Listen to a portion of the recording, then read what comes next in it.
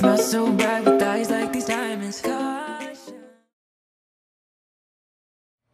Hi everyone, it's me again, girl. Welcome back to my channel.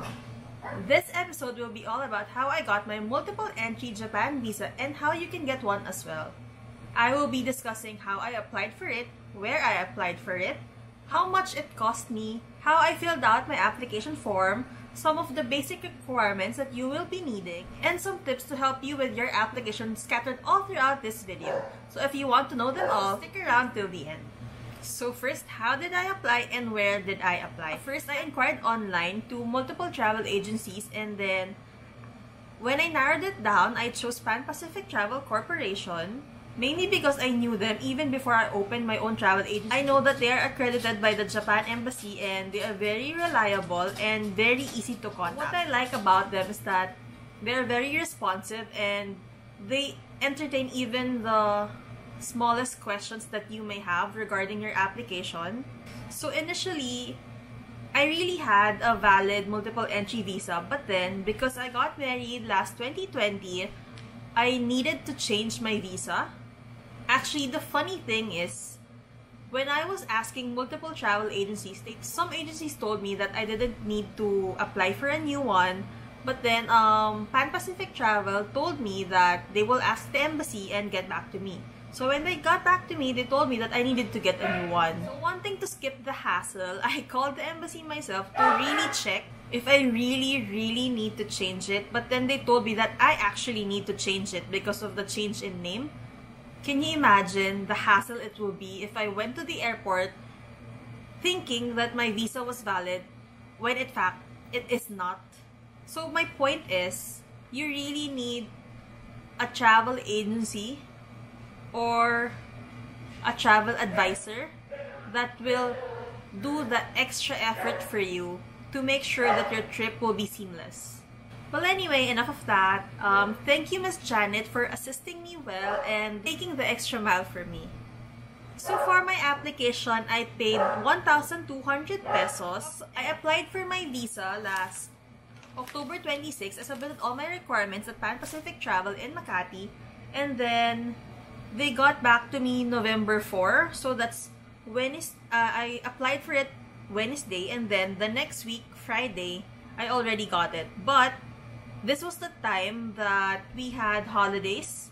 When I checked my visa, the date of issue was October 27. So actually, when I applied for it 26, the next day, my visa was already approved. So as far as I remember, when I applied for my last multiple entry visa 2 years ago, the requirements were actually kind of the same. I don't think there were any difference, aside from the fact that I needed my marriage contract. And I won't discuss the entire visa application form now. If you want to watch it, if you need some help with it, I can explain it later part ng video. As for other requirements, you will be needing, of course, your original bank certificate that is updated. I think siguro you should get it around 2 weeks before your application at most, just to be safe. They don't really say how much you'll be needing, but for me, I guess the estimate will be you can spend at least around 3,000 per day, and that there should still be money left after your trip. So the budget needed for the bank certificate will depend on how long your trip is, what your itinerary is, and if you've already paid for your flight tickets and hotel bookings.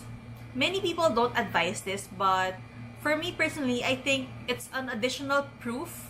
If you book your flight tickets in advance, you really have the intention of going to Japan and that you can fund your trip to Japan. One hack that I did during my application is that I went to Agoda, or you can go to any booking site. Just make sure that you will be booking for a pay later arrangement. So just in case that your visa doesn't get approved, you can refund it right away. So I think they have a new visa multiple entry form request just this October 2022, because when I went to Pan Pacific last time, they checked my application and then they said that there's a new format of the multiple entry form. So they printed a new one for me and then I filled it out right. So basically, they are just asking you why you'll be needing and why they should give you a multiple entry visa. So the choices are, number 1, a person who has traveled to Japan as temporary visitor within the last 3 years and has financial capability to support his or her trip. The second one is a person who has traveled to Japan as a temporary visitor within the last 3 years and has traveled as a temporary visitor to G7 countries excluding Japan several times within the last 3 years. And also a person who has highly sufficient financial capacity. And last, immediate family members, which are spouse or child of the person who has highly sufficient financial capacity. And then below the form, you can see, please fill in the reason why you need a multiple visa in the box. So in summary, you just need to write that you love their country, you want to go back, or if you have specific trip ideas like skiing that you want to try, you can just write it down there. And I think that's about it for the multiple entry visa. It's just many people are asking how to request one, but they don't know that it's actually just an additional form, and then you just have to write the reason why they should give you one. Many people say that usually when you are applying for a Japan visa for the first time, usually you're just given a single entry, but then during the second try, it's almost always guaranteed that they will give you a multiple entry visa, especially if your 2 trips are near each other. So it's usually the second or the third time that you will be applying. So some points to remember when applying for a Japan visa is that your application form should be in size A4. If it's not A4, they will not accept it. And they are very strict about this. Also with the picture size, it's 35mm by 45, I think. I'm not exactly sure, but when you go to photo studios, they know the exact measurement because it's very specific for Japan visa. So make sure also that you have your collared shirt on before you go in for a photo. They're very particular if your requirements are complete, and it will never hurt if you're overly complete. If you submit more than what is asked. Like for me, you can just submit 1 bank account, but for safety, I submitted 3. And then I submitted all original PSA documents. I submitted an extra photo, and I submitted my flight tickets and my hotel bookings as well. And please, I'm not saying you should go to Pan Pacific Travel, but please go to an agency that you trust and you think will go the extra mile for you.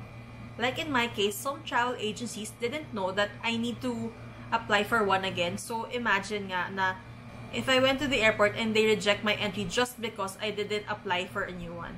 So for those who waited for me to explain the application form, here it is. So when I checked the application form, it's shown here that the photo you'll be needing is 45mm by 45mm. And it's very simple. Surname, given name, date of birth, sex, nationality, marital status, ID issued by the government, passport type, passport number, place of issue, issuing authority, a purpose to visit Japan, of course, tourism, intended length of stay, port of entry, name of airline, name of hotel, address and telephone number, dates and duration of previous stays in Japan, your current residential address, current profession, name and address of employer and also contact number, partner's profession or occupation. I think that's about it. Guarantor or reference in Japan, inviter in Japan, and have you ever been convicted, been sentenced to imprisonment, been deported, been convicted and sentenced for a drug offense in any country, engaged in prostitution or intermediation or solicitation of a prostitute, committed trafficking. So I think safely all your answer here should be no. And then for blanks, you don't leave anything blank, you just write NA. And then date of application and then signature of applicant. So I guess that's it for today. I hope you learned something new and I really hope you enjoyed this video. If you did, please don't forget to like, comment, and subscribe. Thank you for watching!